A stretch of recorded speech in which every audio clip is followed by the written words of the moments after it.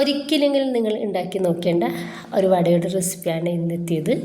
അപ്പോൾ പുറം ഭാഗം നല്ല ക്രിസ്പിയും ഉൾഭാഗം നല്ല സോഫ്റ്റ് ആയിട്ടുള്ള ഈ വട ഭയങ്കര ടേസ്റ്റാണ്. അതുപോലെ തന്നെ ഉണ്ടാക്കിയെടുക്കാൻ വേണ്ടിയിട്ട് സിമ്പിളാണ്. അപ്പോൾ ഇത് ഉണ്ടാക്കുന്നത് എങ്ങനെയെന്ന് കണ്ടു നോക്കാം. നമുക്ക് വീട്ടിലേക്ക് പോവാം. കണ്ടുകൊണ്ടിരിക്കുമ്പോൾ ഇഷ്ടമാവുകയാണെങ്കിൽ നിങ്ങളുടെ എല്ലാ സപ്പോർട്ടും ഉണ്ടാവുക.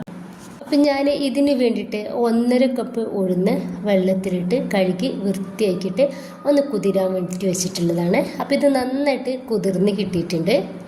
അപ്പോൾ ഒരു വെള്ളം നമുക്ക് ആവശ്യമുണ്ട്. ഇനിയിപ്പോൾ അഥവാ നമ്മൾ അരക്കുന്ന സമയത്ത് വേണമെന്നുണ്ടെങ്കിൽ ഈ ഒരു വെള്ളം തന്നെ നമുക്ക് ചേർത്ത് കൊടുക്കാം.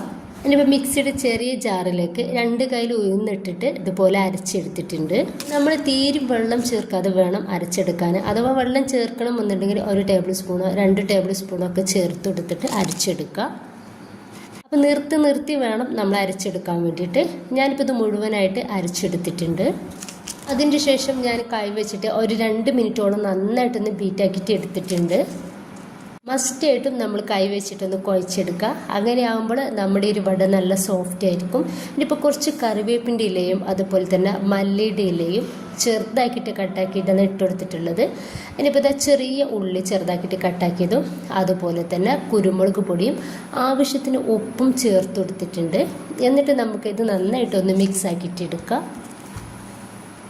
ഞാനിതിലേക്ക് മുളക് ചേർക്കുന്നില്ല കേട്ടോ. അപ്പോൾ കുട്ടികളൊക്കെ കഴിക്കുന്നത് കൊണ്ടിട്ട് തന്നെ മുളക് ചേർത്ത് കൊടുത്തിട്ടില്ല. അപ്പം നിങ്ങൾ ചെറുതാക്കിയിട്ട് കട്ടാക്കിയിട്ട് എടുത്തിട്ടുള്ള മുളക് കൂടി ഇതിലേക്ക് ചേർത്ത് കൊടുക്കാവുന്നതാണ്. ഇപ്പം ഞാനിത് നന്നായിട്ടൊന്ന് മിക്സ് ആക്കിയിട്ട് എടുത്തിട്ടുണ്ട്. അതിനിപ്പോൾ ഇതാണ് നമ്മുടെ താരം, ഈ ഒരു സ്റ്റീൽ ഗ്ലാസ്. അപ്പോൾ ഞാനിതുപോലെ ഒരു ഗ്ലാസ് എടുത്തിട്ടുണ്ട്. അപ്പോൾ സ്റ്റീൽ ഗ്ലാസ്സോ അതല്ലാന്നുണ്ടെങ്കിൽ നമുക്ക് പൊട്ടുന്ന ഗ്ലാസ്സോ ഏത് വേണമെങ്കിലും എടുക്കാവുന്നതാണ്. ഇനിയിപ്പോൾ ഞാൻ ഇതുപോലെ ഒരു ക്ലോത്താണ് ആദ്യം ഇതുപോലെ വെച്ച് കൊടുക്കുന്നത്. ഇനിയിപ്പോൾ ഞാൻ ഇതുപോലെ പ്ലാസ്റ്റിക്കിൻ്റെ ഒരു കവർ എടുത്തിട്ടുണ്ട്. അത് 4 ആക്കിയിട്ടൊന്ന് കട്ടാക്കി എടുത്തിട്ടുണ്ട്. അപ്പോൾ അത് ഇതിൻ്റെ മേലേക്ക് ഇതുപോലെ വെച്ചെടുക്കുന്നുണ്ട്. ഇനിയിപ്പോൾ നമുക്ക് വേണ്ടത് റബ്ബറാണ്. റബ്ബർ ബാൻഡ് ഇതുപോലെ ടൈറ്റ് ആക്കിയിട്ടുണ്ട്. ഇതിൻ്റെ മേളിലേക്കായിട്ട് ഇതുപോലെ വെച്ചെടുക്കുക.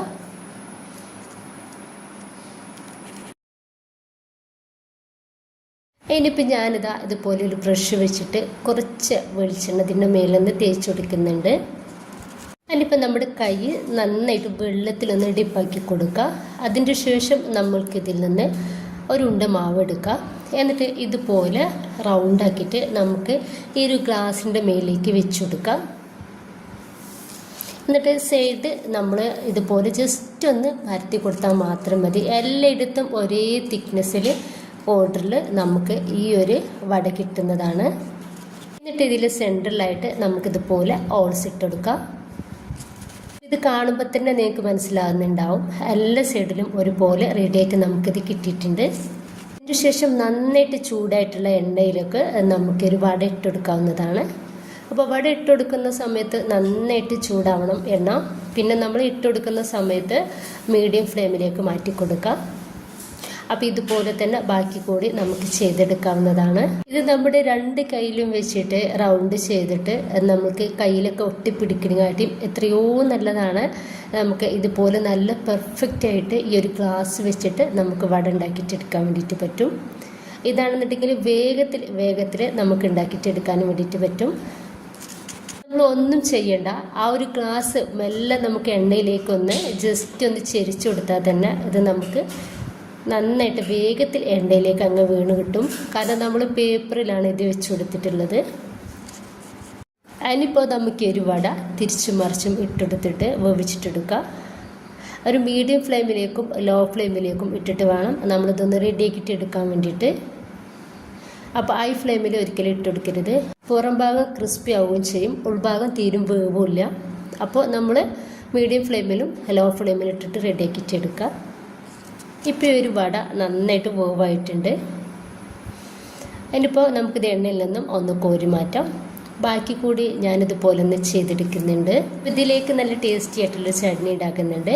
1 കപ്പ് തേങ്ങയും മുളകും കുറച്ച് മല്ലിയുടെ ഇലയും ചെറിയ ഉള്ളിയും അതുപോലെ തന്നെ കറിവേപ്പിൻ്റെ ഇലയും ഇട്ടിട്ട് 1/2 കപ്പ് വെള്ളവും ഉപ്പും ചേർത്തിട്ട് നന്നായിട്ടൊന്ന് അരച്ചെടുക്കുന്നുണ്ട്.